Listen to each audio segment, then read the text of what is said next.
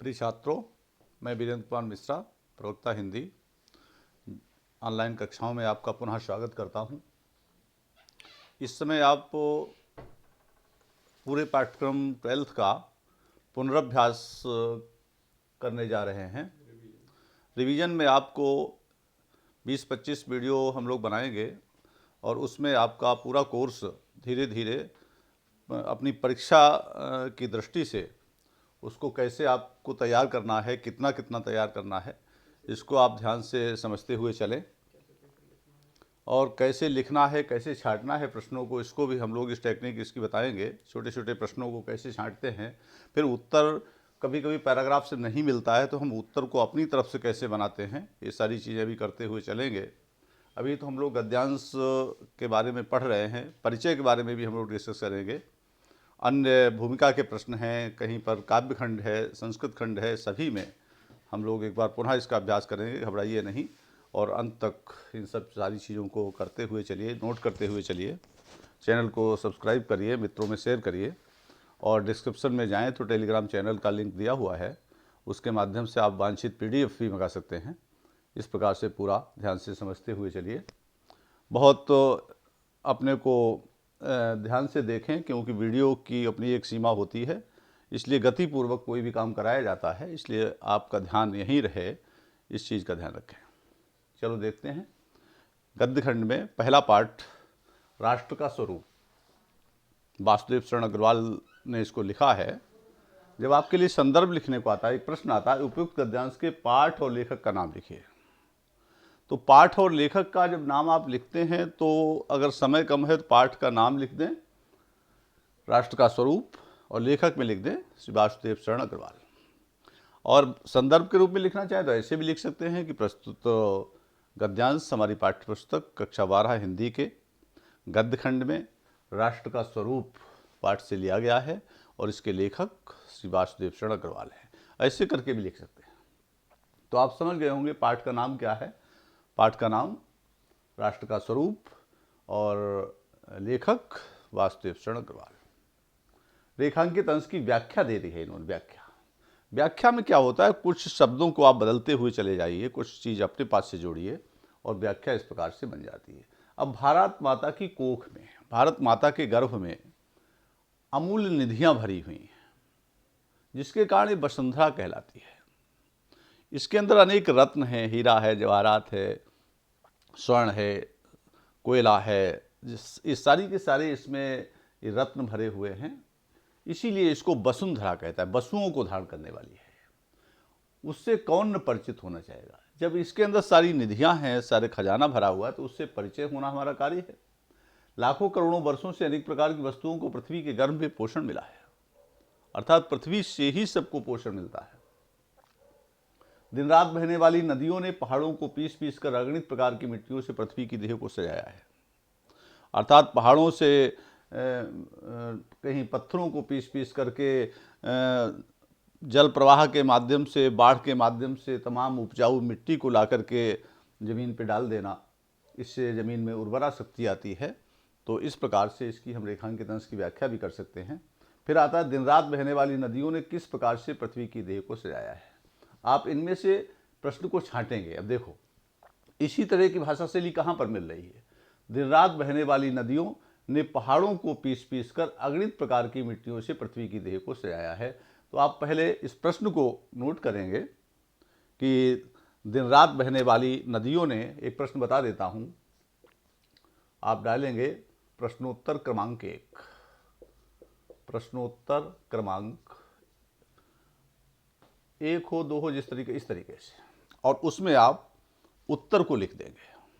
आप प्रश्न वहां मत उतारें, उत्तर को आप लिख देंगे कि दिन रात बहने वाली, साफ साफ लिखना, दिन रात बहने वाली, दिन रात बहने वाली नदियों ने पहाड़ों को पीस कर, पहाड़ों को पीस कर, पहाड़ों को पीस कर अगणित प्रकार की मिट्टियों से, पहाड़ों को पीस पीस कर अगणित प्रकार की मिट्टियों से, अब कहीं दोमट मिट्टी, कहीं मटियार है, कहीं बलुआरी मिट्टी है, प्रकार की मिट्टियों से पृथ्वी की देह को सजाया है। आप पूरा जो है उत्तर आप लिखेंगे, देह को सजाया। इसमें बहुत समय नहीं लगता, जरा सा भी अगर आप ध्यान अपना लगाएंगे तो आप इसमें से आसानी से उत्तरों को छांट लेंगे। देह को सजाया है, इस तरीके से लिख सकते हैं। पृथ्वी की गोद में जन्म लेने वाले जड़ पत्थर कैसे सौंदर्य के प्रतीक बन जाते हैं। फिर देखो, फिर लिखा है, पृथ्वी की गोद में जन्म लेने वाले जड़ पत्थर कुशल शिल्पियों के संवारे जाने पर अत्यंत सौंदर्य के प्रतीक बन जाते हैं। जब इन सारे पैराग्राफों को आप ध्यान से पढ़ेंगे और उत्तरों को छांटेंगे तो उस समय आपको बिल्कुल आधे पाधे उत्तर याद होंगे और आप बहुत शीघ्रता से इस चीज़ को छांट लेंगे। आप देखते हैं, जिस मार्ग को आप तय कर चुके होते हैं उस मार्ग पर जाते समय आपको हर कठिनाई आने वाले पॉइंट का ध्यान होता है। इस तरीके से सौंदर्य के प्रतीक बन जाते हैं। तो कुशल शिल्पियों के सवारे जाने पर अत्यंत सौंदर्य के प्रतीक हो जाते हैं। यहाँ से आप लगा लेंगे। लेखक ने हमें किनके योगदान के बारे में बताते हुए उनसे परिचित होने की प्रेरणा दी है। तो लेखक ने जो पृथ्वी के अंदर निधियां भरी हैं, जो पत्थर हैं, जिनको पीस कर नदियों ने पृथ्वी की देह को सजाया है, तो पत्थरों के बारे में, पहाड़ों के बारे में, अपने जो निधियां हैं, जो रत्न गर्भा है हमारी पृथ्वी, रत्नों के बारे में हमें ज्ञान होना आवश्यक है। इसके सारे भौतिक स्वरूप के प्रति हमें ज्ञान होना आवश्यक है। ये चीज़ इसमें बताई गई है और इसी से परिचित होने की प्रेरणा दी गई है ताकि हम इसको पहचानें, इसका संरक्षण करें, इसके मूल्य को समझें। अगला स्लाइड में देखते हैं। राष्ट्र का तीसरा अंग जन की संस्कृति है। यहाँ से पैराग्राफ प्रारंभ होता है। अब देखिए, प्रश्न देखें आप। प्रस्तुत गद्यांश के पाठ और लेखक का नाम सेम रहेगा, राष्ट्र का स्वरूप और वास्तुदेव शरण अग्रवाल। रेखांकित अंश की व्याख्या को थोड़ा समझे। बिना संस्कृति के जन की कल्पना कबंध मात्र है। अगर संस्कृति नहीं है मनुष्य के अंदर तो समझ लीजिए कि मनुष्य क्या है, एक प्रकार से बिना सिर का वो धड़ है। बिना सिर का धड़ यानी वो चेतना विहीन होता है।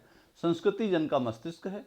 संस्कृति के विकास और अभ्युदय के द्वारा ही राष्ट्र की वृद्धि संपत्ति। जिस देश की संस्कृति महान होती है, उसका विकास होता है, उन्नति होती है, तो वही राष्ट्र वृद्धि करता है। राष्ट्र के समग्र, ठीक है, ये जो इतना अंश था ये रेखांकित अंश था। इसको भी 2 नंबर में, चूंकि 2 नंबर प्राप्त करने हैं तो 2-3 लाइन में इसको आप करें। फिर राष्ट्र के समग्र रूप में भूमि और जन के साथ साथ किसका महत्वपूर्ण स्थान है। राष्ट्र का तीसरा अंग संस्कृति है। तो राष्ट्र के समग्र रूप में भूमि, जन और संस्कृति, 3 ही अंग हैं राष्ट्र के। तो भूमि और जन के साथ साथ किसका महत्वपूर्ण, संस्कृति का विशेष महत्वपूर्ण स्थान है।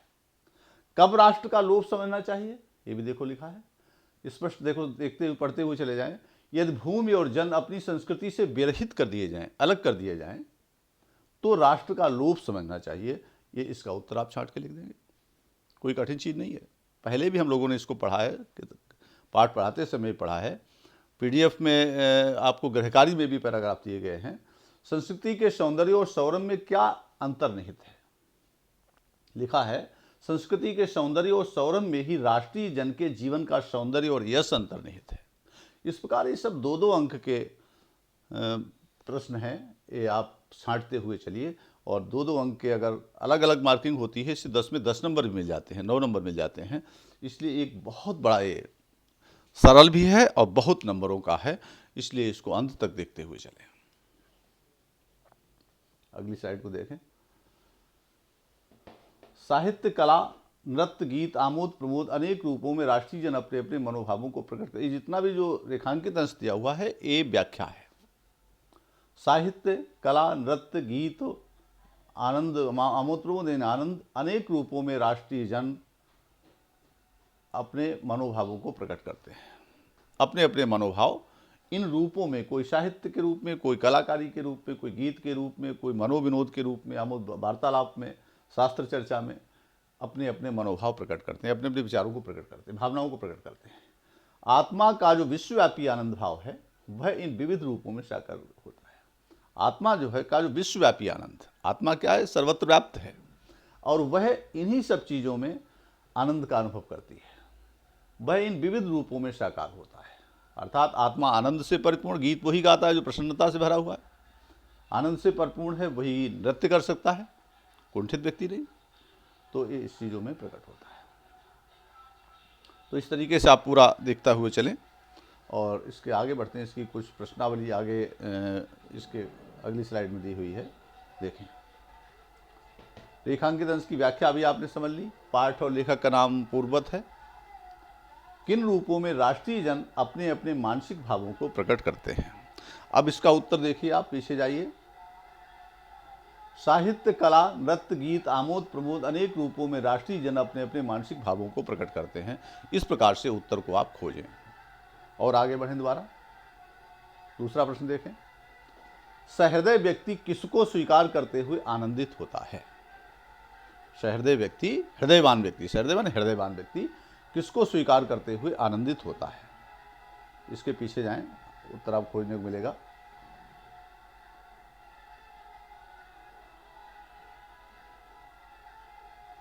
जो व्यक्ति सहृदय है वह प्रत्येक, यहां से इसका उत्तर मिलेगा, जो व्यक्ति सहृदय है वो प्रत्येक संस्कृति के आनंद पक्ष को स्वीकार करता है। संस्कृति के आनंद पक्ष को स्वीकार करता है। सहृदय व्यक्ति किसको स्वीकार करते हुए आनंदित होता है? तो सहृदय व्यक्ति संस्कृति के आनंद पक्ष को स्वीकार करते हुए आनंदित होता है, उससे प्रसन्न होता है। प्रस्तुत पंक्तियों में लेखक ने राष्ट्र के किस स्वरूप पर प्रकाश डाला है?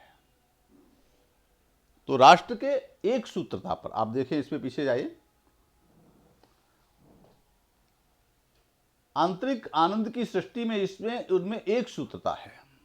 तो राष्ट्र के एक सूत्रता, एक रूपता, एकता के स्वरूप पर इसमें प्रकाश डाला गया है। इस तरीके से आप इसको बढ़ा चढ़ा करके लिख सकते हैं।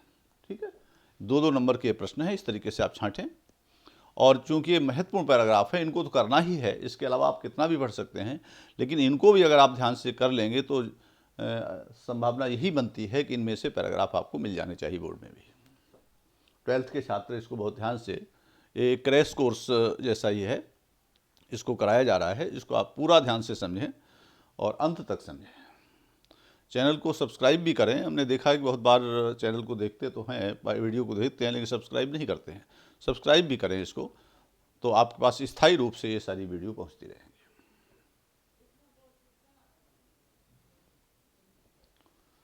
अगला देखें।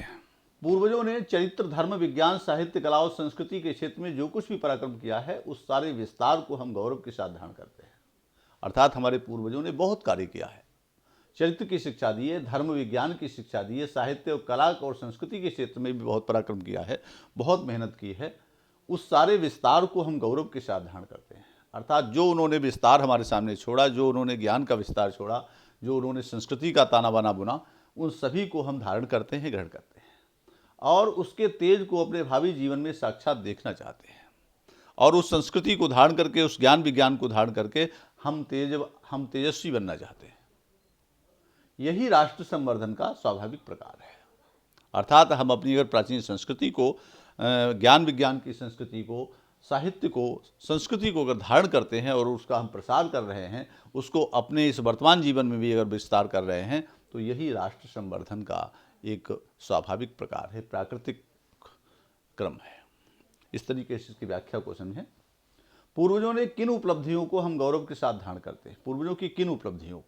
अब देखिए आप, अब पूर्वजों ने कि किन उपलब्धियों को हम जो है गौरव के साथ धारण करते हैं। अब कौन सी उपलब्धियां, कौन से पूर्वजों ने चरित्र, धर्म, विज्ञान, साहित्य, कला और संस्कृति के क्षेत्र में जो भी उपलब्धि हासिल की हैं, उनको हम गौरव के साथ धारण करते हैं। यही इसका प्रश्न का उत्तर हो जाएगा। किस राष्ट्र का हम स्वागत करते हैं? घबराइए नहीं, प्रश्न को पढ़ते हुए चले जाइए उत्तर को। जहां भूत वर्तमान को जकड़ के नहीं रखता, वरन अपने वरदान से पुष्ट करके उसे आगे बढ़ाना चाहता है, उस राष्ट्र का हम स्वागत करते हैं।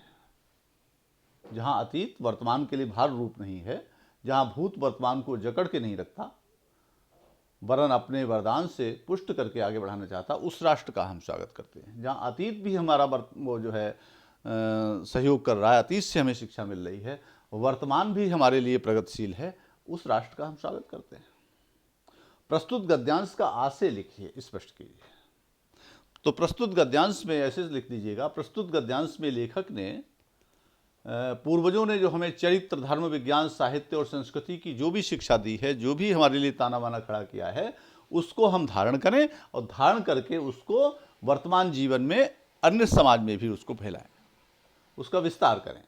इससे हमारा राष्ट्र आगे बढ़ेगा और हम अतीत से बहुत कुछ सीखें, अतीत से शिक्षा लें, वर्तमान में गति करें, और अगर हम ऐसा करते हैं तो हमारा राष्ट्र आगे बढ़ेगा।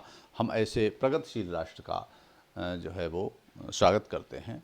तो इस तरीके से आपका ये पूरे प्रश्नों के उत्तर आपके छटते हुए चले जाएंगे। अगला देखें, ये इस पार्ट में लास्ट पैराग्राफ है। आप देखें तो ये विद्या के आपके क्वेश्चन बैंक से भी कुछ पैराग्राफ उठाए हैं हम लोगों ने, ताकि आपको अधिकांश इसमें से ये सब मिल जाए आपको मैटर। मातृभूमि पर निवास करने वाले मनुष्य राष्ट्र का दूसरा अंग है। पृथ्वी और मनुष्य ना हो तो राष्ट्र की कल्पना असंभव है। अब प्रश्न किया बताइए। पाठ और लेखक का नाम सेम है, राष्ट्र का स्वरूप, और लेखक वासुदेव शरण अग्रवाल। रेखांकित अंश की व्याख्या में देखें, छोटा से, पृथ्वी माता है और जन सच्चे अर्थों में पृथ्वी के पुत्र हैं। आपने पढ़ा भी, ये दर्शन भी कहता है कि माता भूमि पुत्रो अहम पृथिव्या। पृथ्वी मेरी माँ है और मैं उसका पुत्र हूँ। ये पुत्र भाव ये हमको पृथ्वी से जोड़ता है। हम पृथ्वी को एक खंड, एक टुकड़ा नहीं मानते, बल्कि उसको हम माता का स्वरूप देते हैं। जहाँ हम जन्म लेते हैं, जननी जन्मभूमिश्च स्वर्गादपि गरीयसी। भगवान राम ने लक्ष्मण से बात कही थी, जब लक्ष्मण एक बार कहने लगे कि लंका स्वर्ण की है, लंका में ही क्यों न रह लिया जाए, तो उनका नहीं, जननी और जन्मभूमि ये परिवर्तित करने की चीज़ नहीं है। यह परिवर्तित करने की चीज़ नहीं, जननी और जन्मभूमि स्वर्ग से भी बढ़कर है। अपि स्वर्णमयी लंका लक्ष्मण न मे रोचते, और जननी जन्मभूमि च स्वर्गादपि गरीयसी। जननी और जन्मभूमि स्वर्ग से भी महान है। तो अब देखें, इसमें राष्ट्र की कल्पना कब असंभव है? पृथ्वी हो और मनुष्य ना हो तो राष्ट्र की कल्पना असंभव है। ऐसे करके प्रश्नों को छांटते। पृथ्वी और जन दोनों मिलकर क्या बनाते हैं? पृथ्वी और जन दोनों के सम्मिलन से ही राष्ट्र का स्वरूप संपादित होता है। बड़े सरल प्रश्न है, लेकिन 2 नंबर दे रहे हैं आपको तुरंत। तो खेल खेल में इन प्रश्नों को आप छांटने की कोशिश क्या करें। जितने भी पैराग्राफ आपकी किताब के लास्ट में दिए हुए हैं, आपके अभ्यास कार्य में दिए, उन सब का अभ्यास आपका होना चाहिए। पृथ्वी कब मातृभूमि की संज्ञा प्राप्त करती है? जन के कारण ही पृथ्वी मातृभूमि की संज्ञा प्राप्त करती है। अगर पृथ्वी है और उस पर जन नहीं है तो जन क्या है? उसके पुत्र हैं। जब पुत्र होगा तब तो उसको माता की संज्ञा प्राप्त होगी, माता की उपाधि प्राप्त होगी। तो इसमें जो है इस तरीके से छांट करके आप प्रश्नों को कर लेंगे। अंत तक इन सारे वीडियो को आप देखें, चैनल को सब्सक्राइब करें, मित्रों में शेयर करें। और अगर आपको आवश्यक PDF कुछ चाहिए है तो आप डिस्क्रिप्शन में जाकर के टेलीग्राम चैनल से जुड़ जाएं, तो आपको ये सामग्री भी मिल जाएगी। पढ़ते रहिए और ऑनलाइन कक्षाएं के माध्यम से आपको बोर्ड की तैयारी करनी है। समझते रहें। धन्यवाद।